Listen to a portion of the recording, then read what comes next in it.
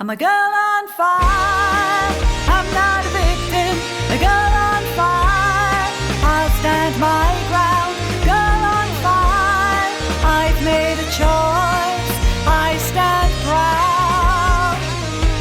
I'm a girl on fire,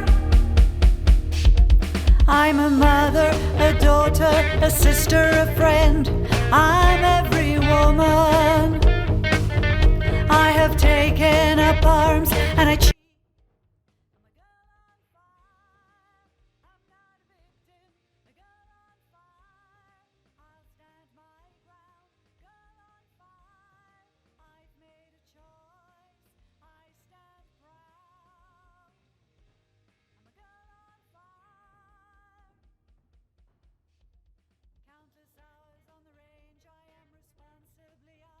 Accept yourself. Take the example from the strong women in these interviews and be a warrior. Hashtag victim no longer. Lynette Oxley here for Tax Shack Tactical TV and GOSA Girls on Fire, and our 16 days of action for no violence against women and children. I'm here with Keshna. Welcome, Keshna. Thank you.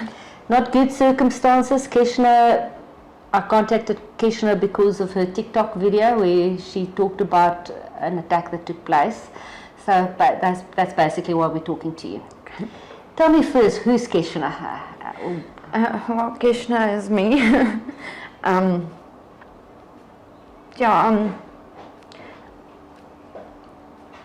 a person who tries to do what's right for others. I had a dream of starting a business. We started it 2 years ago, and recently I resigned so that I could focus on doing that. But Keshna mainly just really loved Chad. He was basically my whole life. He had any idea I would come up with, he would basically come and just join in, and with the crazy projects. We love animals. Majority of our animals are rescues, and then we strongly believed in recycling, trying to preserve ourselves with food, any natural way that we could do things. We try to do that. We were quite creative in regards to both of us having similar. If we see a problem, we first think of an idea how to fix the problem instead of looking at it as a problem. So that's mainly me. Chad was very similar, except a lot softer than me in regards to he had a very good personality, sweet, gentle, funny, very funny, and that's Keshna's world. What happened on the 13th of October? Can you tell us the story? We had just finished varnishing our last layer on our bedroom floor.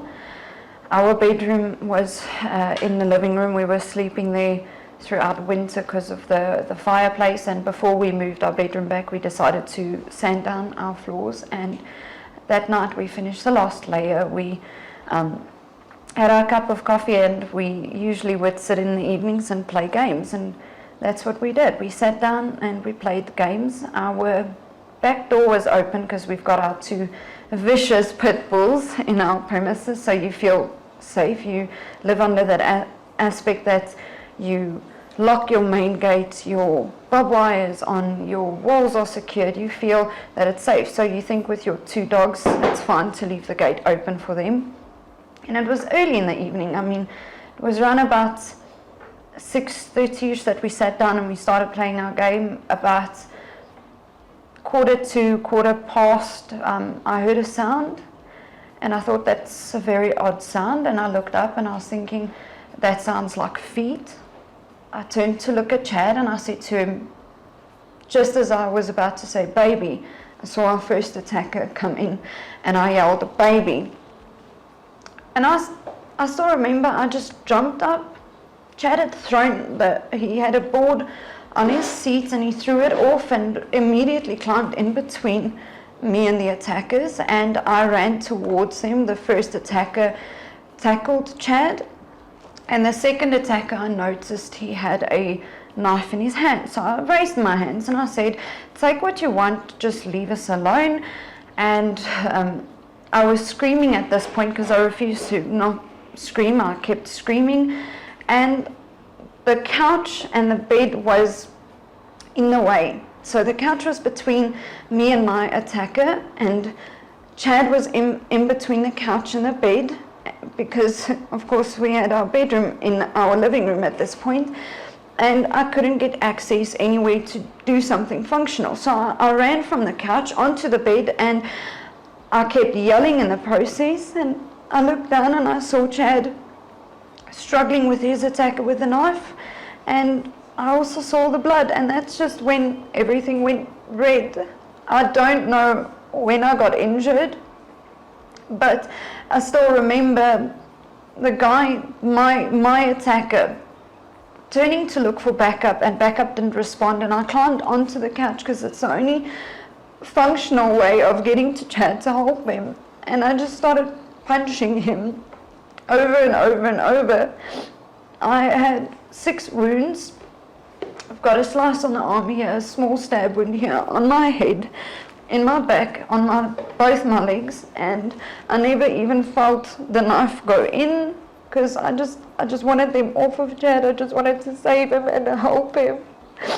And at some point, the attackers just took off. They just ran, and Chad got up, and I still remembered that I tried to help him. I held his neck and I looked at it, and the wound was so severe. I had 2 choices. I could either stay with him and lose him, or I can go outside and continue screaming and helping or asking for help. I don't remember when I took the keys, but I had the keys, and I still remember running out, and the last thing I heard was, as I was calling for help, was our last attacker jumping over the barbed wire, because it makes quite a distinctive noise.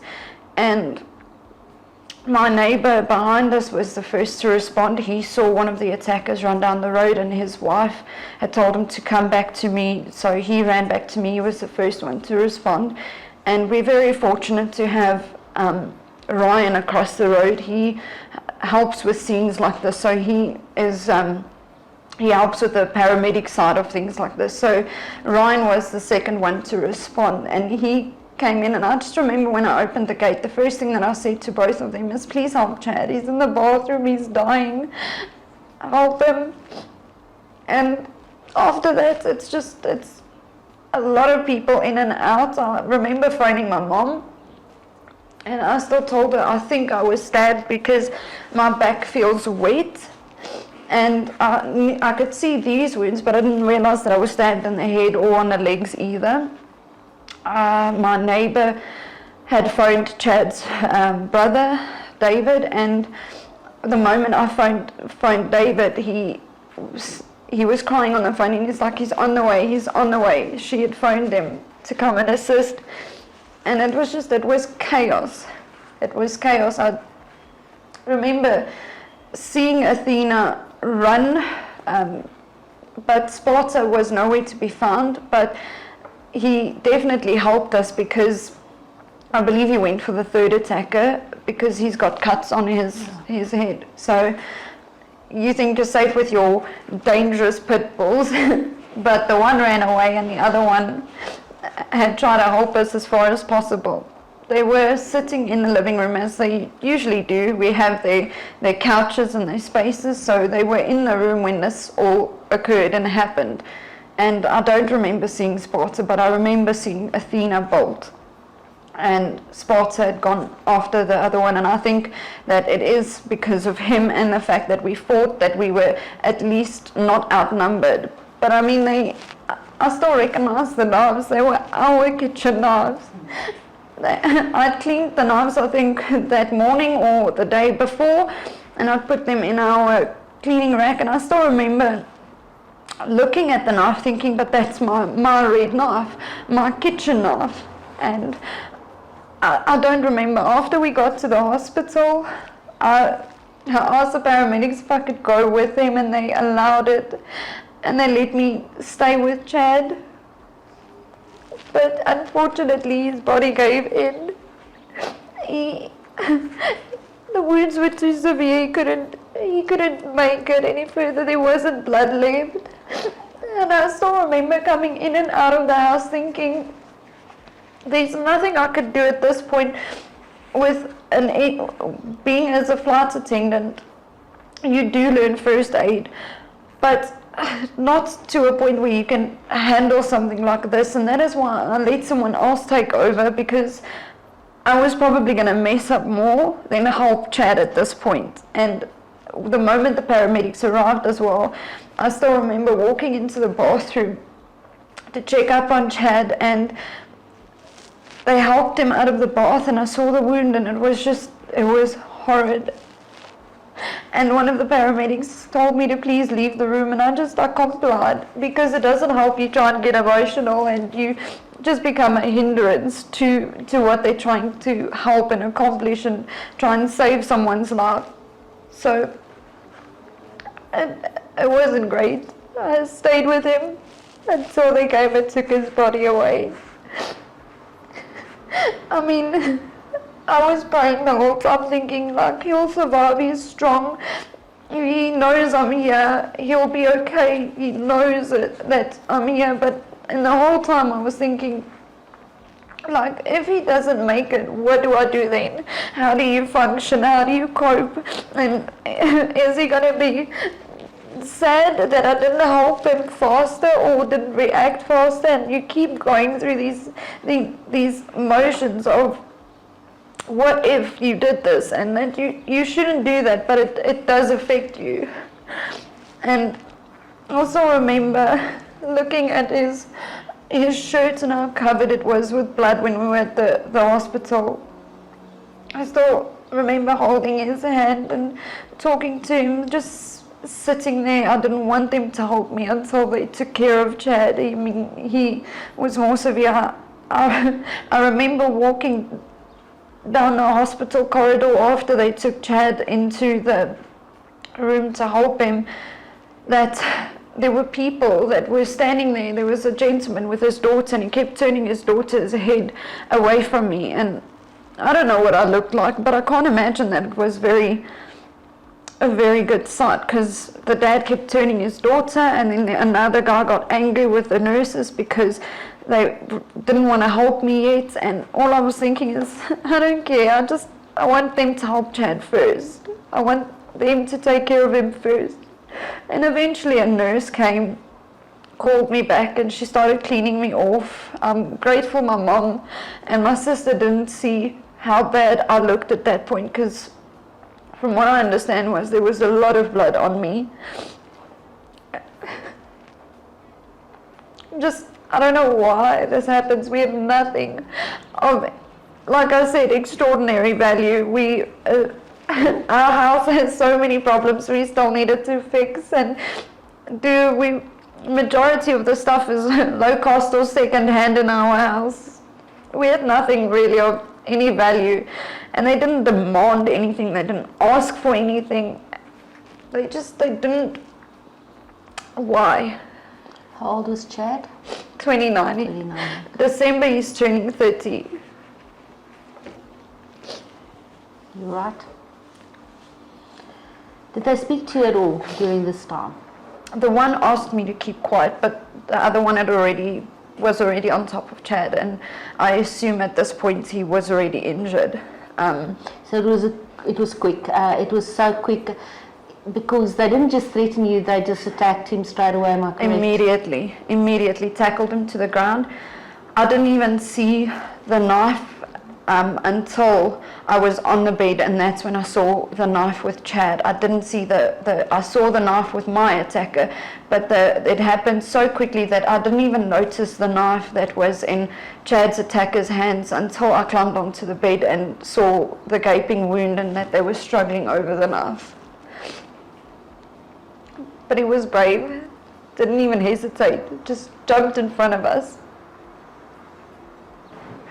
So Keshna, you became quite famous through your TikTok video. Why did you make it? So I actually thought, just in regards to the TikTok video, I would only reach max maybe 10,000 people. I didn't realize that it would flame up the way it did. I made the TikTok video because 24 days after this happened to us, no one reported about it except for our local groups. Not a single newspaper responded to what had happened. And for me, the question is when we have 71 murders a day, why are we not hearing about the rest of them? Why are we not seeing the people, the faces, the lives that those people lived?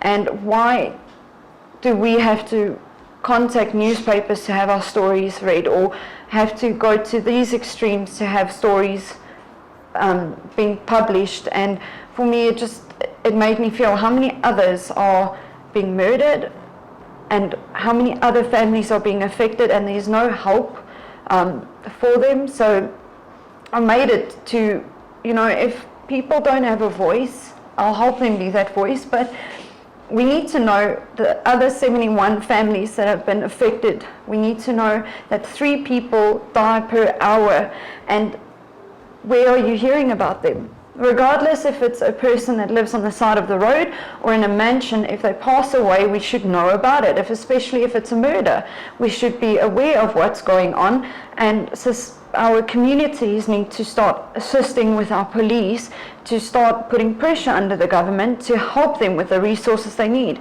I mean, it's difficult when your police officer here arrives in his private vehicle.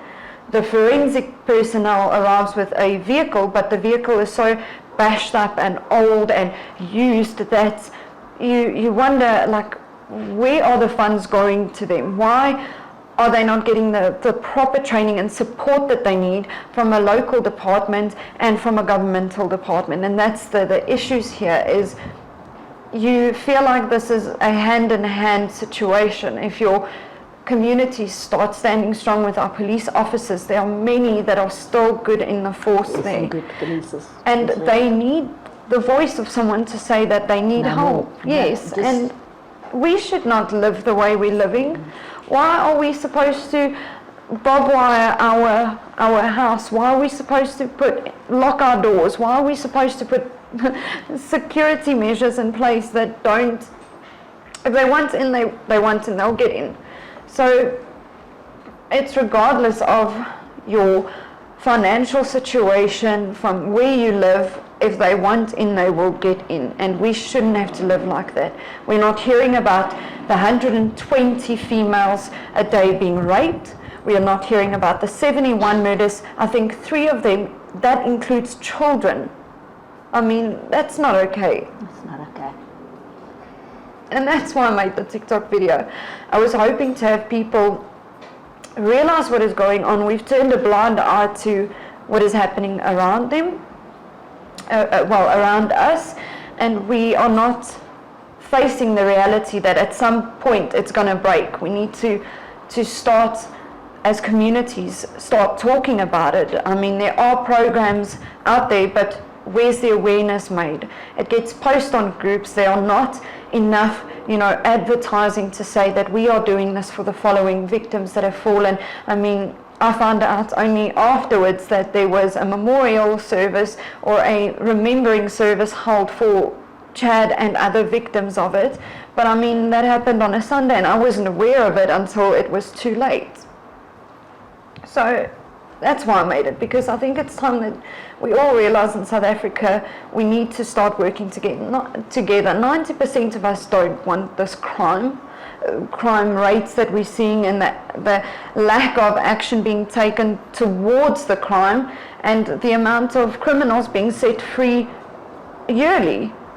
90,000 of them. I don't know if you've seen Ian Cameron. He does a lot that he helps families in the situations, and I mean, he puts it in a very good perspective. At what point does the community help our police officers by putting pressure under the government? Why has Cyril Ramaphosa not made any action towards putting help towards the communities that need it? There aren't enough police vehicles to go past. Then we've got Becky Cele, who sits there saying that criminals need to feel us, they need to see us, they need to smell us, but yet he arrives with a convoy of how many people, and the normal South Africans sit with problems left, right and centre. just down the road. I actually started telling ladies to not walk this road alone, to use a safer route, because they're robbing them just down the road, especially single women. They rob them, and it's a problem because if I don't say something, who else is going to help them? And I mean, I've seen our security companies doing the same thing, but they can't sit here the whole day and try and warn people, don't use this road because it's dangerous. But why is the road dangerous? Why is there nothing being done to help prevent this from happening? Let's talk about the police. How long after it happened did they actually come, and how effective have they been? So, I don't want to say that the police aren't able or can't do their jobs, because that's not the reality. It's what resources do they have. Yeah. And I think it's easy for us to blame the police for the lack of response, but like I said, there's good people still in the force. And on top of that, if they don't have the right resources, they can't make a difference. On that night, we had police officers respond very fast. They were here before the paramedics. I remember them asking questions, but then you hear the nightmarish stories of people saying it took them a half an hour just to decide what are they going to call this. Is it a attempted murder, attempted break-in? What is it? So how can we not have that capability of saying this is what it is, regardless of what we call it now? We need to start getting evidence. They fingerprinted our door. It was dark that night, but they fingerprinted our door after our whole neighborhood knew our back door wasn't locked. How did they not know it? Didn't they ask questions to anyone else? I still remember sitting down with the one police officer and telling him they fingerprinted the door, the most least likely place for fingerprints to be be taken from, because the door was open. And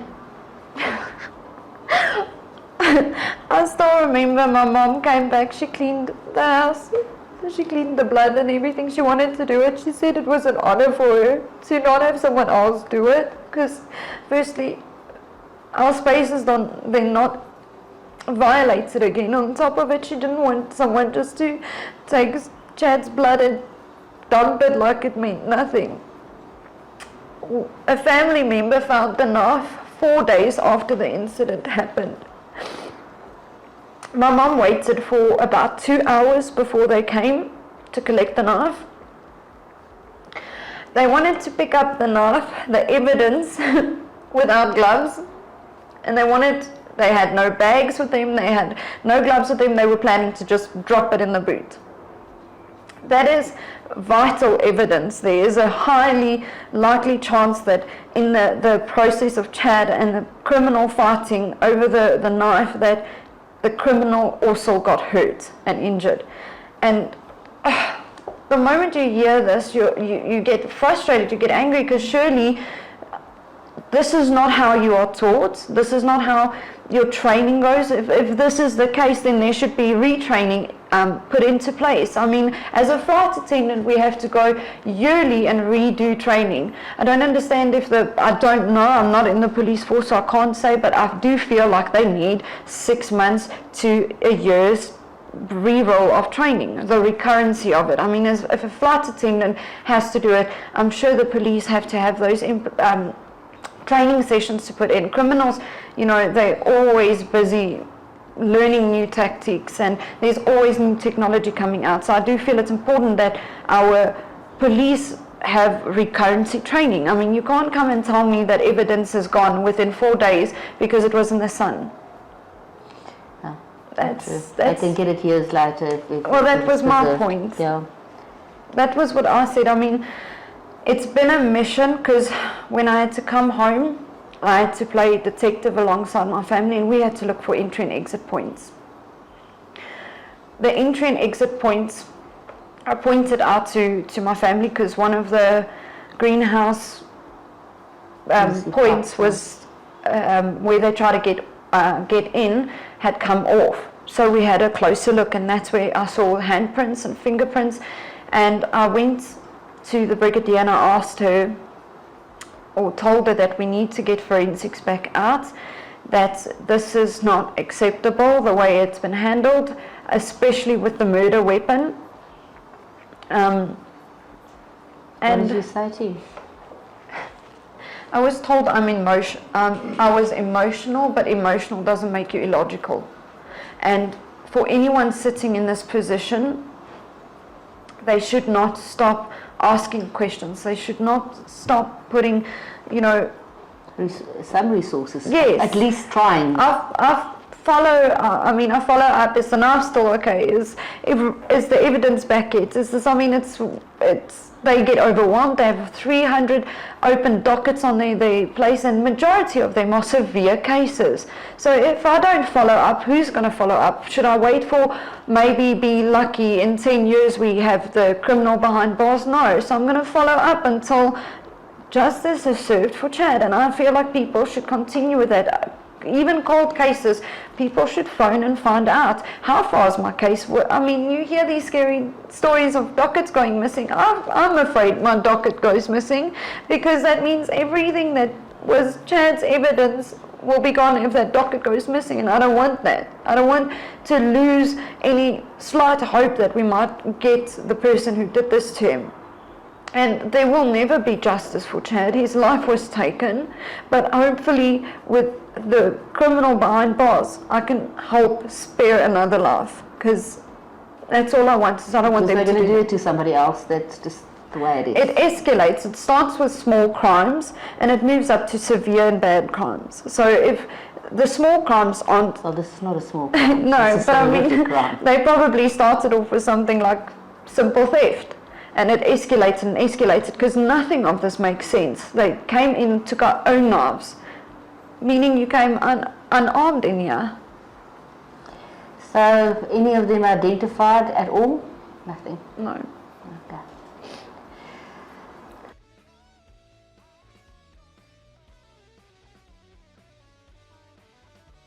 So, Keshna, do you think if you and your dogs didn't fight back, do you think you'd be here to tell your story? No, I don't think so. They didn't hesitate to start stabbing immediately. They didn't. And I think if it wasn't for Sparta, we would be... Hello. And there's a Sparta down here. I don't know if we'll... Come. Show your face. Come here. There we go. That's Sparta. I think he was stabbed on the head. I think if it wasn't for the fact that we fought, that we reacted the way we did, that we wouldn't be here. Well, I wouldn't. Even with him, he was injured on his head, and it just, a lot of times it doesn't make sense. Why did they pick us? Why our house? Why our circumstances? And why not handle the situation calmly? They could have taken anything they wanted, as long as they spared us. A life isn't worth nothing, because they left with nothing. They didn't get an opportunity to take anything, and that's what makes it even more frustrating, is there's no answers to this burning questions. Why pick us? Was it an opportunist thing? Were the people involved with drugs that attacked us because they were looking for an easy sell? Were they trying to get rid of us quickly so that they can continue then and empty out the house? Nothing makes sense. At some points you start blaming even yourself. Is it the shop that we put up here? Is that why we were targets? But then again, the shop was open. If they just opened the garage, they had access to everything there. And you think they might have thought that you got money from the store or from the shop? We don't know. We don't know. Yeah, these unanswered questions. They didn't demand for anything. They didn't take it easy. Chad immediately stood up, but they didn't show the knives and say, or threaten us and say, sit down, like nothing. There was no, they just said, keep quiet when I started screaming. And for me, it's the only words. Yeah. That and the turning to the backup person that never responded. But even with what he said with the person behind him, I couldn't hear it. It wasn't a language I understood, but it was local. It didn't sound foreign. It sounded local. And I've been on the airlines long enough to realize different accents from different countries. So for me, I remember the perfect English that he spoke to me, a South African English that he spoke to me to say I need to stop screaming or keep quiet. It was something in that line, and it's two options. You either keep quiet or you fight back, but we weren't going to fight. We weren't going to not fight. We were going to protect each other like we always said we would. But they didn't ask for anything, and that's what a lot of times doesn't make sense to me, is why not just demand something? Like, you don't have to injure people, you don't have to commit murder in order to get what you want. And I mean, it doesn't make sense. If you've got a message out there for other women, what would it be for during the 16 days of action?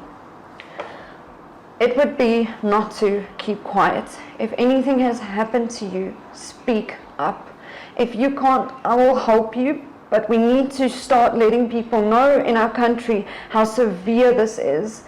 Crimes shouldn't go uncharged with. We have to take action. It's hard to be brave and it's hard to put your face to something, but you don't have to. We can help you. I don't want to see people not having justice for their situations. I mean, rape victims not being able to speak out because they're scared. Their faces need to be put into place, and that's not necessary. And there are so many people that will help the moment they find out of your situation. I mean, I'll be honest, I've been extremely blessed, but other people tell me they don't get any assistance, they don't get help, the government's not there to provide them services, and either it's too full or overpacked, and there are so many people who open up their private houses to accommodate and help victims of crimes. And for me, that's important, that there needs to be a link that people know, okay, if this happened to someone, we can help per the following. I mean, a simple thing of someone bringing me food has been absolutely amazing, because when this happens, you don't want to eat, you don't want to have that effort done. Half the time you just want to lay down and process. If it's even processing, you don't process it, you block portions out, and it doesn't have to be like that. There are so many other people that sit in this similar and same position, that they are willing to help you through it. And that's what's important. We need to know that there are support systems. You're not alone.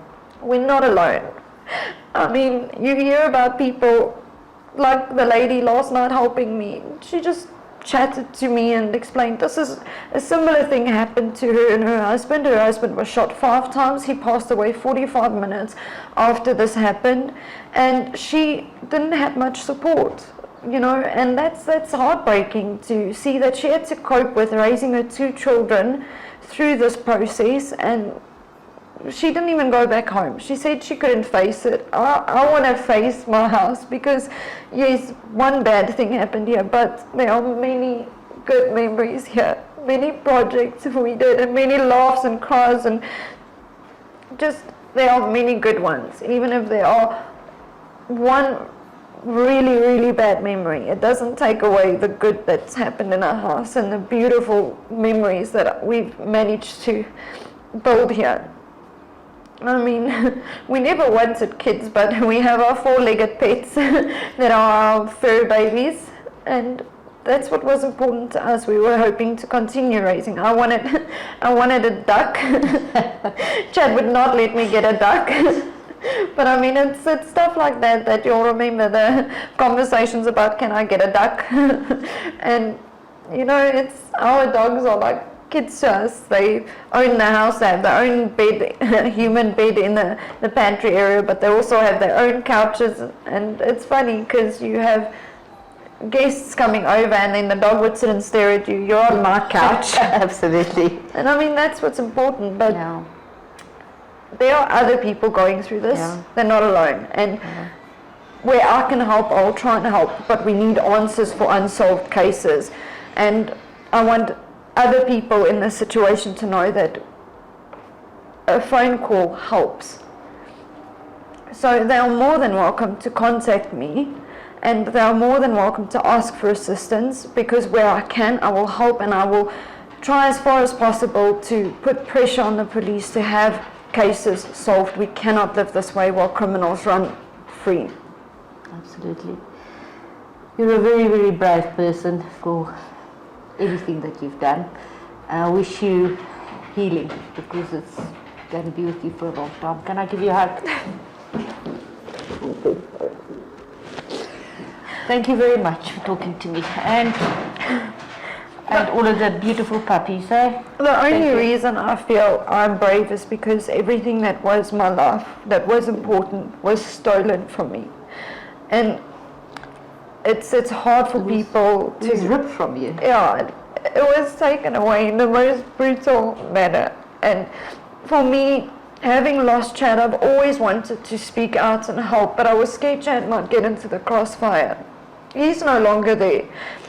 I have value for my own life, but that fear that was there before isn't there. I have nothing to fear. I've been through the worst that there possibly could have been. And if I don't speak up, Who will? who will? Thank you very much. I know it was difficult.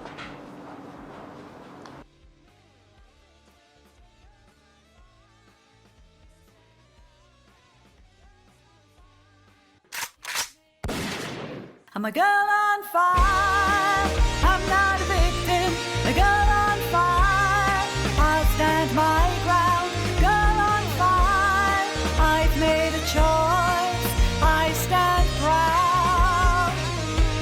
I'm a girl on fire, I'm a mother, a daughter, a sister, a friend, I'm every woman.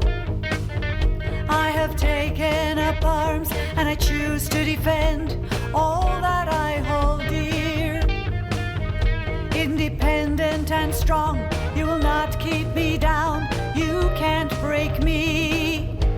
I'm a girl on fire, I'm not a victim, a girl on fire, I'll stand my ground, girl on fire, I've made a choice, I stand proud.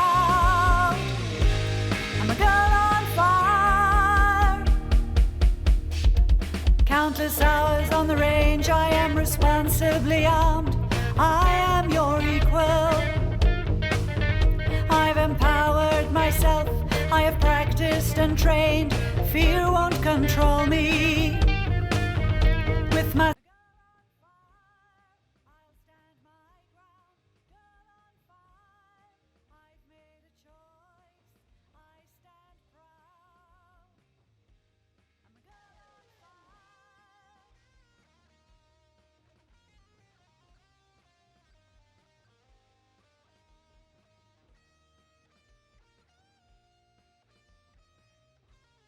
the example from the strong women in these interviews and be a warrior. Hashtag victim no longer. Lynette Oxley here for Tac Shack Tactical TV and GOSA Girls on Fire with the 16 days of action against for no violence against women and children. I'm here with an amazing woman, Jasriel, Olivia Jasriel from the Jasriel Foundation. Welcome. Hi Lynette, how are you? All right, and yourself? I'm good, thank you. Are you feeling better? You have been ill and rushing around like crazy. It's been insane, eh? It really has been insane. But at the end of every year, it's like this. So yeah, it's it's just basically also just burnt out.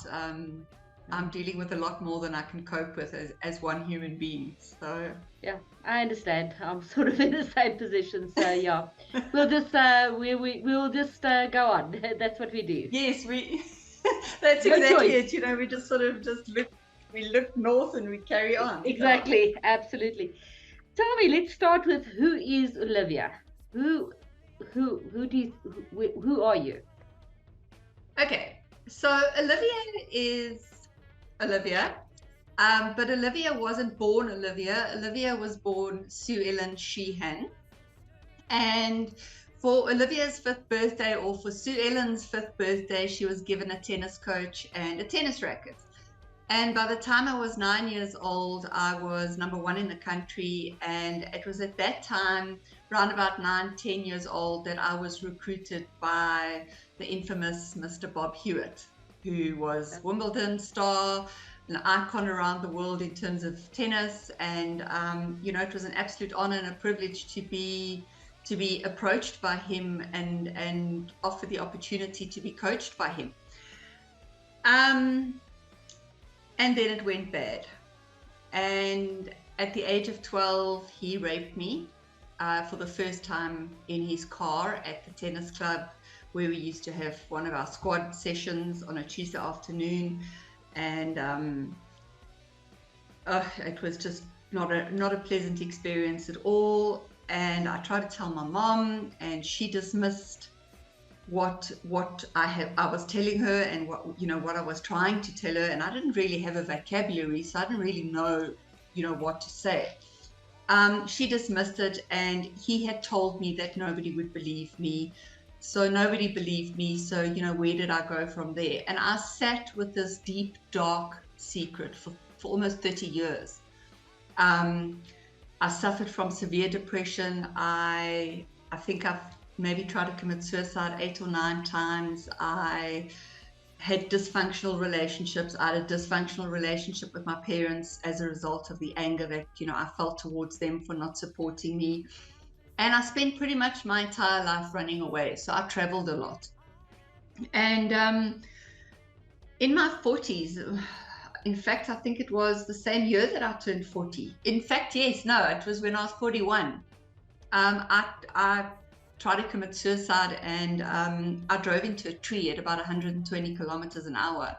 And all that I got out of that was a broken spine. But it wasn't all bad. And, I remember lying in hospital and disclosing why I felt useless. And I just had no reason to want to be on this planet. And I just had the most amazing psychologist and psychiatrist, and we slowly started working through everything, and everything started, falling into place. And then I was contacted one day completely out of the blue, about 6 months after my suicide attempt, by a reporter from the Boston Globe. And it was one of my very, very dear friends that had put Bob Holer, the reporter, in contact with me. And my friend Graham phoned me, and he used to call me Suey. And he said to me, Suey, I need to ask you something. And I said, sure. I mean, could ask me anything. We'd been friends since I think we were about 6 years old. And he said to me, did Bob ever do anything to you?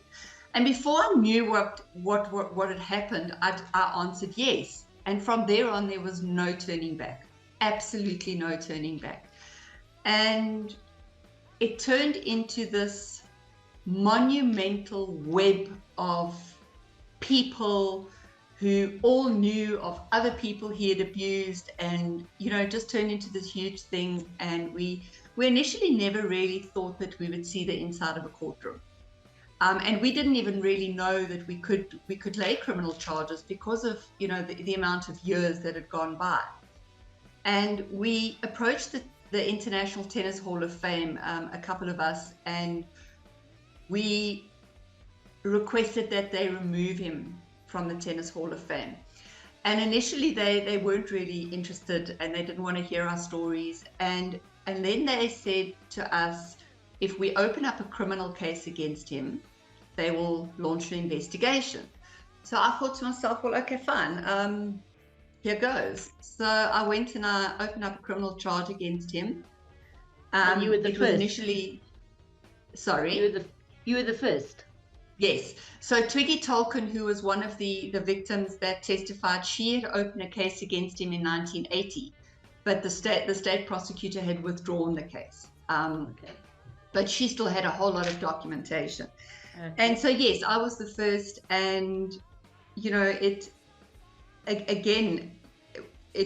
we never thought we would see the inside of a courtroom. And what we went through was hell. But nevertheless, the International Hall of Fame, Tennis Hall of Fame, kept their word, and they launched this international investigation, which, I don't even want to know how much paperwork and how many phone calls and how many hours went into the investigation based on a petition that we had started and information that we had retrieved. And he was temporarily suspended. And in 2015, we managed to have our day in court and be heard.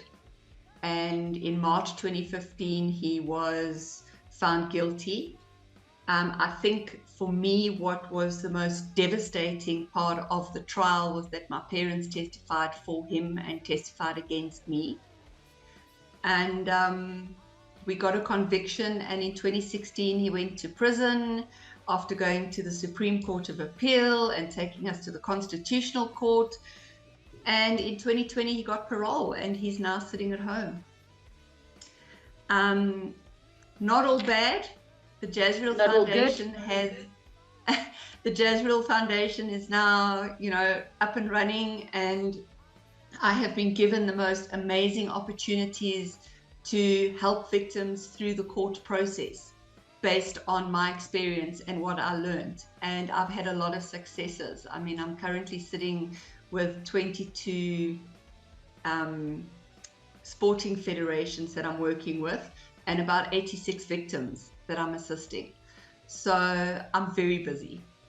So that you actually answered some of my next question. How common is abuse in sport, and who do they abuse? Is it everybody, or is it usually the top stars? How common is the abuse South Africa and worldwide? Interestingly, I had a very, very amazing conversation with a gentleman from Canada yesterday, from Global Athletes, and I thought it was just us, and he said to me it's a global problem. Our biggest problem is that the federations cover up for the abusers and the coaches, and that's, I think, just in a bid to prevent their reputation from being tarnished, that being the federation. So, if you look at 22 federations, I was looking through documentation today, and in April this year, I only had 11 sporting codes. So from April till now, I've doubled the amount of sporting codes. So it's rife. Pretty much all the coaches that I'm dealing with are coaches that are from a high level. They are predominantly not registered coaches and haven't been through all the, the proper screening, the proper vetting, the proper channels in terms of getting their coaching levels, etc. And it's a big problem, because sport is very, very easy access to children, and these guys and women put themselves in a position of sport or as a coach so that they've got access to the children. So it's basically premeditated. They basically go in Absolutely. There because it's a lovely market for them, if you want to put it that way. Absolutely. And it's very interesting, and this is what I've just learned over the years, is none of the abuse that I have witnessed in the past 13 years that I've been doing this in my personal capacity and now on a full-time basis, has it ever been violent or opportunistic. It's always been grooming of the parents, grooming of the child, and then the abuse. So yes, it to answer your question, it is premeditated with absolute out of doubt. Oh, these people should actually be put away for, it's like premeditated murder, rape. It's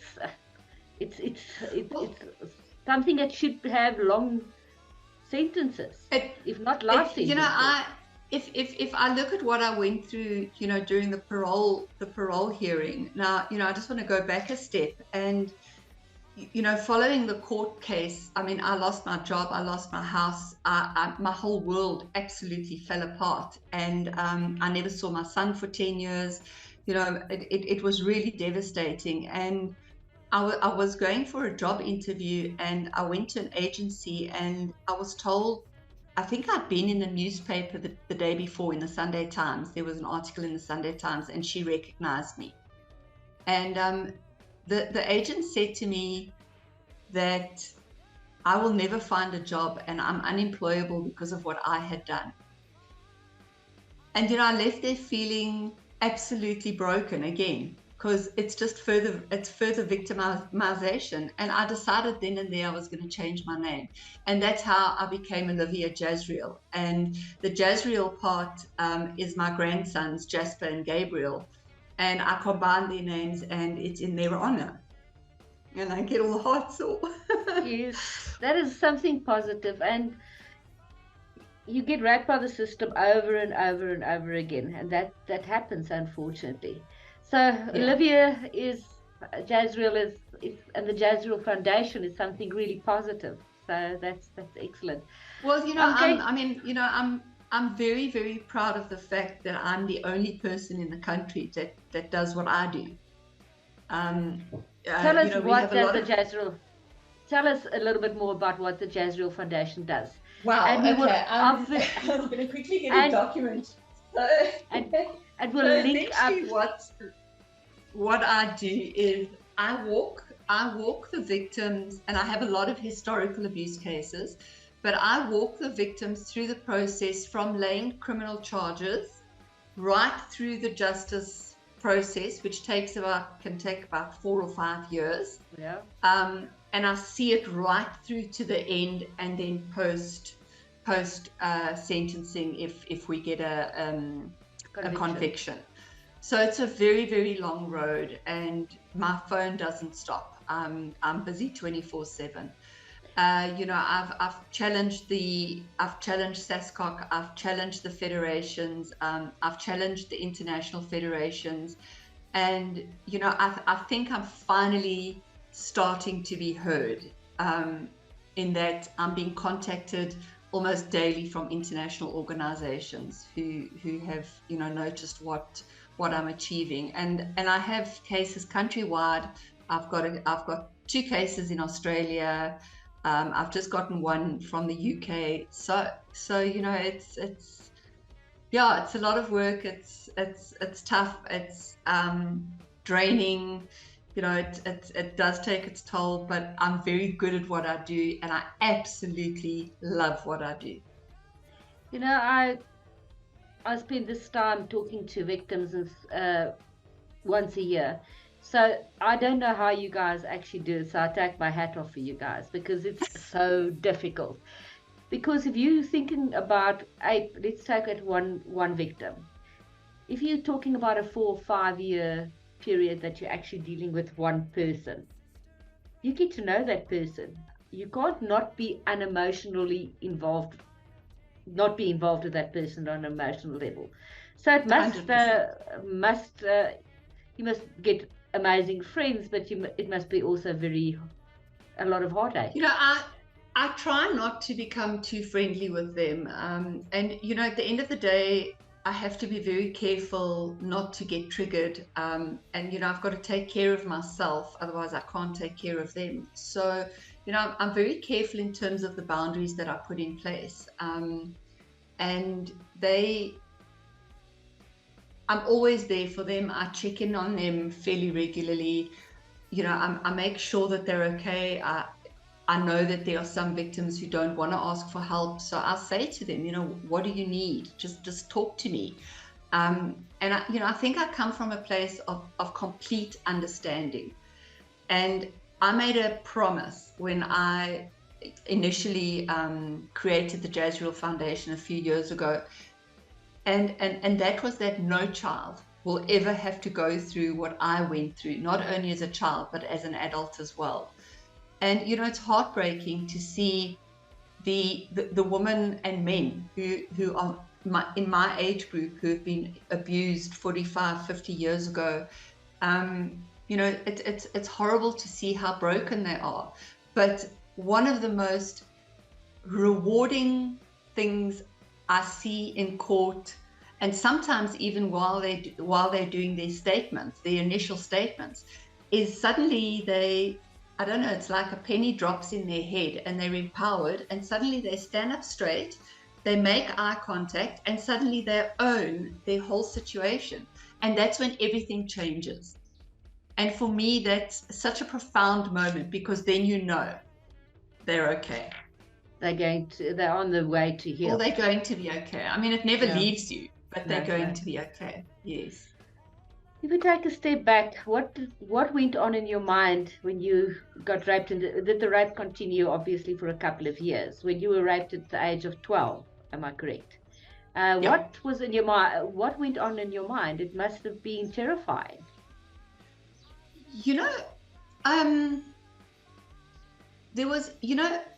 There wasn't really anything that went on in my mind at the time. And to be honest, I don't know if it lasted 7 seconds, 7 minutes. I don't know. What I do know is I remember that it was excruciatingly painful. And I remember looking for the groundsman of the tennis complex. And I was trying to look through the windows of the car because it happened in his car. And that afternoon, I still had to go and clean myself up and go and play tennis that afternoon for about 3 or 4 hours. And the thing that has stuck with me the most is the smell of sex. To this day, if I smell sex, I gag. And it's been tough on my relationship. It is what it is. And I can't stand the smell of sweaty men. So I have a lot of triggers that take me back to that moment. And yes, it did go on for a long time. And it wasn't always rape. It was other things as well. But don't touch me on the back of my head. That just absolutely sends me into a flat spin. So anybody that knows me well knows don't touch me on the back of my head. And I think also the way he discarded me left me very, very broken. And I mean, I have huge abandonment issues, not only because of the way he discarded me, but obviously because of the way my parents discarded me. So I've got a lot of my own personal issues to deal with. What's refreshing on some level is that the victims I deal with also go through what I went through, where they are disbelieved. And I will never disbelieve a victim. Never, ever. And you don't have a relationship anymore with your parents, I suppose? I don't. In fact, very sadly, I heard last year from Bob Hewitt himself that they had immigrated to England, and I don't even know where they are in England. That's sad. And Bob Hewitt, when you saw him for the first time after that many years, how did that feel? Empowering because he was on the other side, or were you frightened? I was in survival mode, so I had to dig very deep and I had to be very strong. I'm 6'2", and one thing I did every court appearance was I made sure I wore the highest heels I could possibly find. That won't work with me. I'm short. Wouldn't have worked with me. I'm very short. So I always made sure, that I was taller than him. Sitting in court, initially, I was not prepared for what I was up against. And, I remember sitting there and being asked these questions. And then at one point, and I'm going to go back to that part where you get empowered. I caught him staring at me. And I thought, you know what, I'm going to stare back at you. And I stared back at him until he looked away. And there's a photograph on the internet. And if I have this certain look, if I give you that look, you must know you have really just rubbed me up the wrong way. And it's captured in a photo. And it was at that point that I felt good. And despite the length of time it took us to actually get him into prison and having to go to the SCA, I had a great support system. And I sort of taught myself to not worry about the things that I couldn't control. And one of the things I couldn't control was what the outcome was going to be. So, all the wins we've had have been extremely empowering. Getting back onto the tennis court has been extremely empowering. Seeing him at the parole hearing, it was tough. seeing him in his orange jumpsuit on some level was satisfying. But the parole hearing, I was abused terribly by him and his attorney or his advocate. And it wasn't a pleasant experience at all. So that left me quite traumatized as well. Having said that, here I am, and I'm going strong, and I'm happy, and I'm in an amazing relationship, and I'm reunited with my son, and life is good.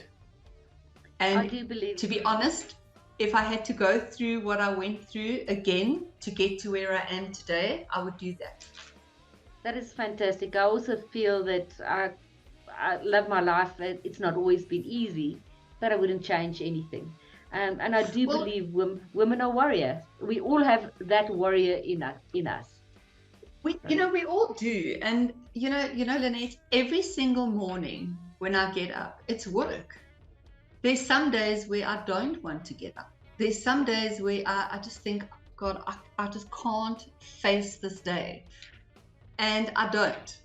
I actually just, as my partner says, he says, I clutch out. And that's exactly what I do. I go and I do something to just switch off for a bit because I need to. And I'm not okay every day, but it's also okay to not be okay every day. I'm not a machine. None of us are. I usually give myself the speech about put your big girl panties on and get on with it. Well, yeah, put your crown on. People are depending on depending on you. And Get on with it. And I had a very interesting discussion with somebody the other day, and we were talking about Sham. She was brutally stabbed 16 times by her boyfriend, who is a sports coach, and fortunately she's alive, but I mean she's disfigured, and she's been through hell and back. And she was saying what she's battling with is that life just goes on around her, and that's what she's struggling with more than the actual trauma of what happened to her. And I understand that feeling, because life does go on. And then you're also surrounded with people who don't know what to say to you. So they either don't say anything, or they avoid you, or they say the most inappropriate things. And one of those is, but why don't you just get over it and move on with your life? You're not the first person that said that to me today, by the way. I can't put myself in your shoes. I haven't walked your path. Each of us, I can't say what's good and what's bad, because we all walk our own path. We do, and it's how we choose to walk that path.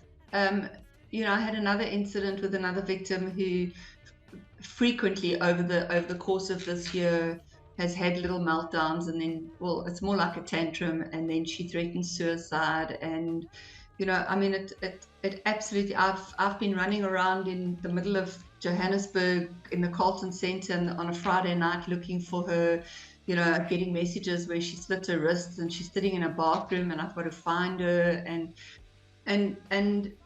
it absolutely, I've lost my train of thought. But it's I said to her the other day, I said, we can't keep doing this. So you need to choose. You're either going to be a victim, or you're going to do something with what happened to you. And she said to me, I choose to be a victim. And, at that point I realized you can't do anything. I have to walk away from her. And it's also a little bit of tough love. It is. I think from GOSA Girls on Fire's #victim no longer, it's important. And that's why I changed activism to action. You need to do something yourself, because nobody else can do that for you. You have to make the decision that your life is going to change with the help of other people, but the decision is yours. I completely agree with you. And one of the best things I ever did was change my name. My name has a lot of meaning to me. Olivia means peace. It's, extending the olive branch. It's very, very hard work, but I basically changed my identity and left behind that little 12-year-old girl that was so traumatized. And she does come out every now and again if I'm triggered. And It's She's you. off to the therapist, and put Sue Ellen back in her box again, and we carry on. So it is tough, and it's very, very hard work, and you have to, it's a choice. You can choose to put in the work or not, and Absolutely. It's very easy to live as a victim. I've done it. Yeah, it's easy. It's easy Mm. not to be a victim. Tell me, you said, sorry. No, it's okay. Tell me, you are playing tennis again, because you said somewhere along the line, I just want to play tennis, and then you stopped playing tennis. You playing tennis again? Yeah. So I made it was actually a poster that I made of Bob Hewitt and me, how I looked the first time he raped me. And in the middle of that, I wrote there, I only wanted to play tennis. And really what that meant was I only wanted to play tennis. I didn't want to have to do all the other things I did in order to have that privilege of playing tennis. And, I gave up when I was 24 in 1994, end of 93.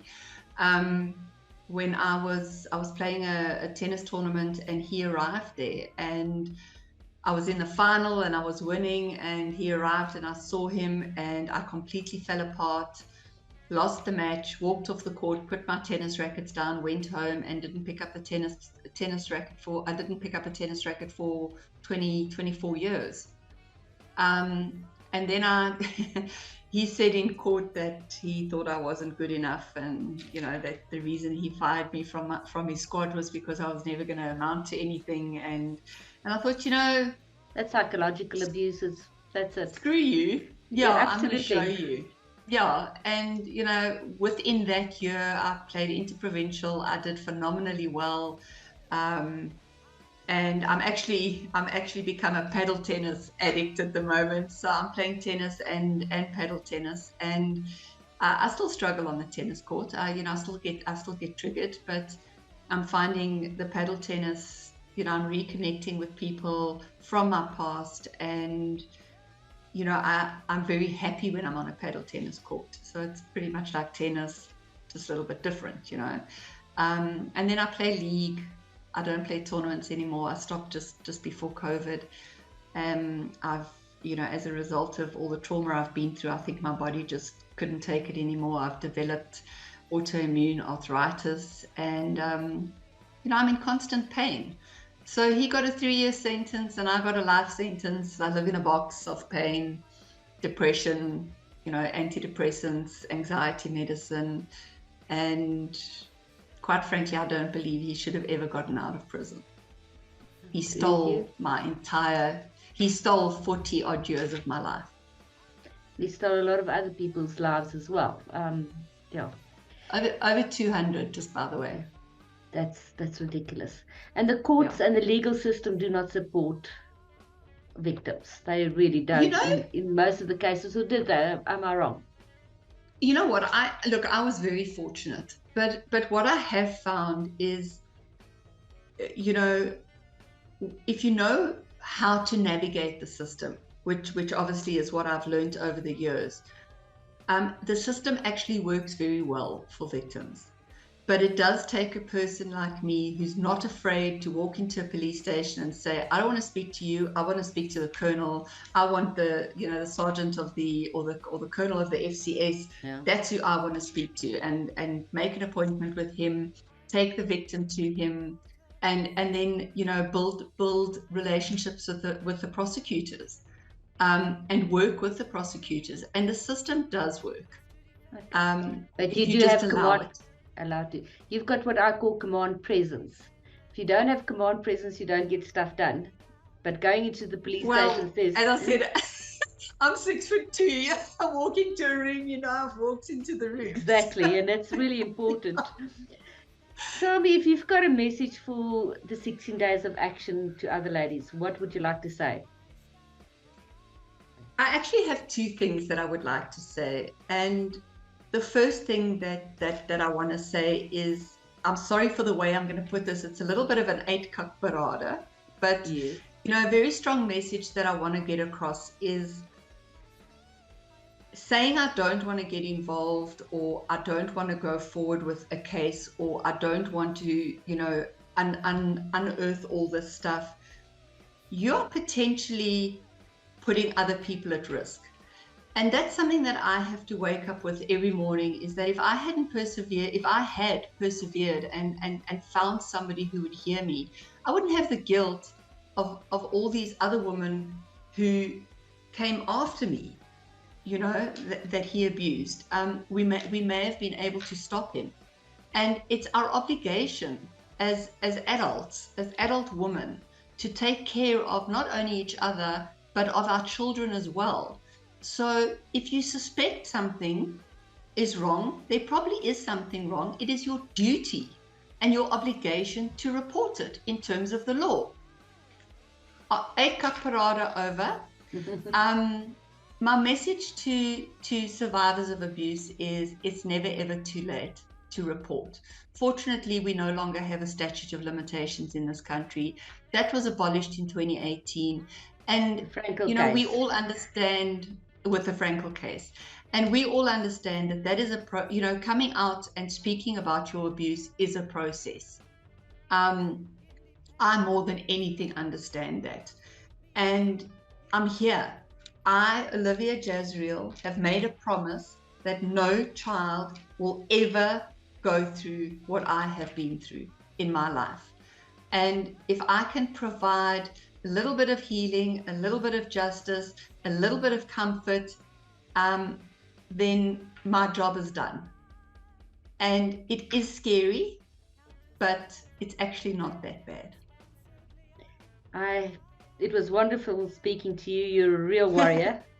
And thank you very much. And we'll speak and see each other soon.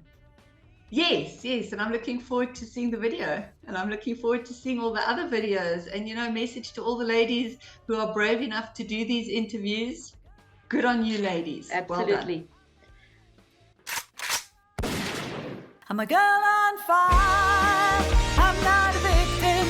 A girl on fire. I'll stand my ground. Girl on fire. I've made a choice. I stand proud. I'm a girl on fire. I'm a mother, a daughter, a sister, a friend.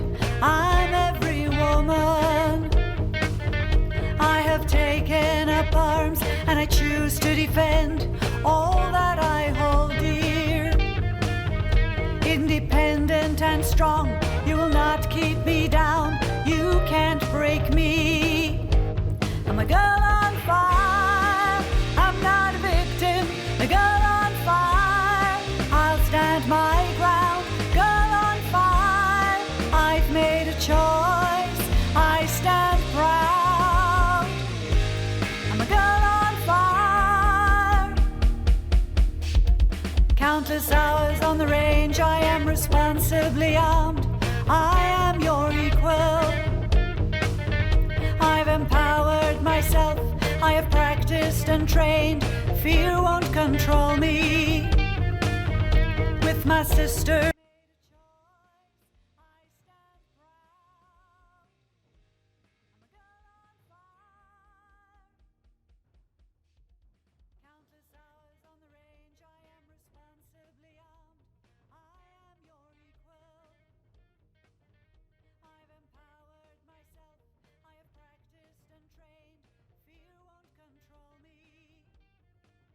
Accept yourself. Take the example from the strong women in these interviews and be a warrior. Hashtag victim no longer. Lynette Oxley here for Tac Shack Tactical TV and GOSA Girls on Fire for our 16 days of action against no violence for women and children. I'm here with the very lovely Vanessa Govender. Thank you very much for joining us. Thank you very much, Lynette, for including me in such an important discussion. Thank you. Tell me, who is Vanessa Govender? Can you tell us who you are? It's a difficult question. I know. Well, I suppose I'm a mum first. But I was one time a journalist. I was with the SABC and I joined ETV after a 5-year stint at the SABC. I joined ETV in 2005, and I was with them until 2012 when I resigned from mainstream media. I have since written 2 books. One's my memoir and one's a children's book. Essentially, I think there's so many facets to who I am, you know, mother, wife. But one of the most important roles for me, especially in recent years, has been that of a survivor who has been speaking out about gender-based violence, domestic violence, intimate partner violence, and women's rights. Oh, that's where we actually come in together, because that's feel very strongly about women's rights as well, and the empowerment of women. You know, I think the revolution has come a long way. 20 years ago, well, more than 20 years ago, I considered myself a fairly educated, enlightened, empowered young woman. And yet I found myself in a situation not unlike that of thousands, and I mean thousands of other women. There was nothing unique about what I was experiencing. But of course, you know, when you're in the midst of such turmoil and such hell, it is all about you, right? You lose sight of the fact that it affects other people. So women's rights, yes, you know, I never thought I would become a voice for that, because for a long time it was easier to hide in the shadows. It was easier to keep up an image because nobody wants to be seen as a victim, and certainly not when you're doing a job that puts you in the public eye. Yes. What happened? What is your story of abuse? And you found yourself face down in a parking lot in the SABC, and that was sort of where things started changing for you. I'm sure that is not the first incident, but that is what changed you. So please tell us your story. You're right, Lynette. That certainly was not the first incident, but it certainly was the last incident. I was in a relationship with my partner at the time. We started dating when I started working at the SABC. And we were together for, well, I would say close on to just a little over 5 years, because I'd started my job at ETV. So we were still together for a few months when that particular incident happened. It started off barely a month into our relationship when he punched me with his fist in my chest, and we had an argument. We were barely together for a month. I think I was very taken aback. That had never happened to me before. There was an argument before that, and I obviously felt very responsible because he started crying, and he also started apologizing. And he said, you know, he's never done that before, and he wouldn't blame me if I left him. And then in the next breath said he loved me. And it was the very first time he actually said that in the relationship. And, you know, so there were 2 blows that day. One was a physical blow, and one was the emotional blow of hearing something so profound come out from somebody who just minutes before had used physical violence. I suppose that was the moment to have left and walked away, but I didn't, because I fell, you know, I fell for what he had said, and I held myself responsible too. But fast forward to 2005, when that incident happened in the SABC car park. Remember, I had then left the SABC not even like 2 or 3 months before. So I just started my job at ETV, and he didn't want me taking that job. And when I got the call for the offer, he basically said to me, well, if you take it, our relationship is done. Because, I mean, he didn't like me being on radio. Looking back, probably that, or maybe he just didn't want me to see me succeed. I don't know what it was, you know, maybe it's a combination of both. But at the time, it feels like, oh gosh, this person's like so into you, you know, they don't want to share you with anybody else. They just want you all for themselves. So he had a huge problem with my voice being on radio. And it was an even bigger problem now that it was going to be my face on TV. And he said to me, well, if you take the job, that's it, we're over. I still took the job. I mean, I didn't quite know whether there was any legitimacy to what he was saying. Well, if it was going to be over, because we were constantly breaking up and making it up all the time. It was the cliched abusive relationship, Anyway, he never broke up with me. He picked me up one day. It was my day off from work. We went out. We ended up at the car park of the SABC, where he'd been drinking. We were outside, standing outside of his car in the car park drinking. It was late afternoon, so pretty much a lot of the staff had left. It was quiet, and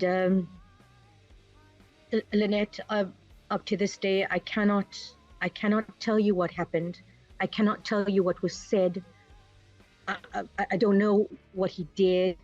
All I know was I woke up face down on the tarmac, and he was standing nearby. I could see his shoes, and he bent down, and as I picked myself up, looking at his face, I realized something had happened to me. How I ended up there, what I had said before that, what he'd said before that, what physical violence actually took place for me to have ended up like that, I, hand on my heart, cannot answer that question. But all I know was my injuries were pretty horrific when I did manage to get a look at myself in the mirror of his car. My forehead was swollen, the skin of my nose was ripped off, my chin was badly bruised, and I'd already begun to swell on my forehead. I'm not a medical doctor, but I knew enough to know that I didn't just fall. You know what I mean? There had to have been some sort of force behind those injuries. And he just said I fell. He said I was standing there 1 minute, and the next minute I just fell. And I can't say it was an aha sort of moment or like an epiphany. This is it, it's over and it's done. There wasn't any grand revelation or something like that. It was just, it really was a very quiet sense of like, I really can't do this anymore. Yeah. I'm done. So there was nothing grand about that moment. It just happened. It was a dramatic moment. It was horrible. I had to look at myself like this in the mirror for weeks on end before it all eventually healed. I had to go out in public looking like this, and I had to keep up the lies, So it wasn't just the physical injuries, but then I had to lie about it. So a lot of my life was a constant lie, and I suppose sometimes, you don't need anything grand or big. You don't need that epiphany. Sometimes it's just reaching a point within you, within your soul, within your heart, within your head, that just says, my girl, I think you're done here. I think you're done. Yeah. So that for me was the last time he ever struck me. And you left. And I left. And I have to say to you, there was a lot of threats beforehand. If I leave and if I ever consider having a relationship with somebody else, I would be ruining that person's life. And I'd ask him, what do you mean by that? And he'd say like, well, they would regret ever setting eyes on me, So it wasn't just me. I mean, he knew everything. He knew he had access to my family. He knew where I lived. He knew where I worked. And he had, as many abusers do, that charm and that finesse of being able to bring people into your circle, into your thing, where people firstly won't believe that you're capable of such things, and secondly will generally want to help because they believe that you love this person and you want to get back together with them. So yes, there was a lot of fear initially as to what would happen. But if I am to also be very brutally honest with you, and this is a vulnerability that I share, is that there were moments I actually wondered if I had done the right thing, because I was now suddenly alone. I was with this person who was well-known, a well-established, well-known person. I was always told I was the lucky one in that relationship to have bagged this catch. And I suddenly, I often think to myself, gosh, have you done the right thing?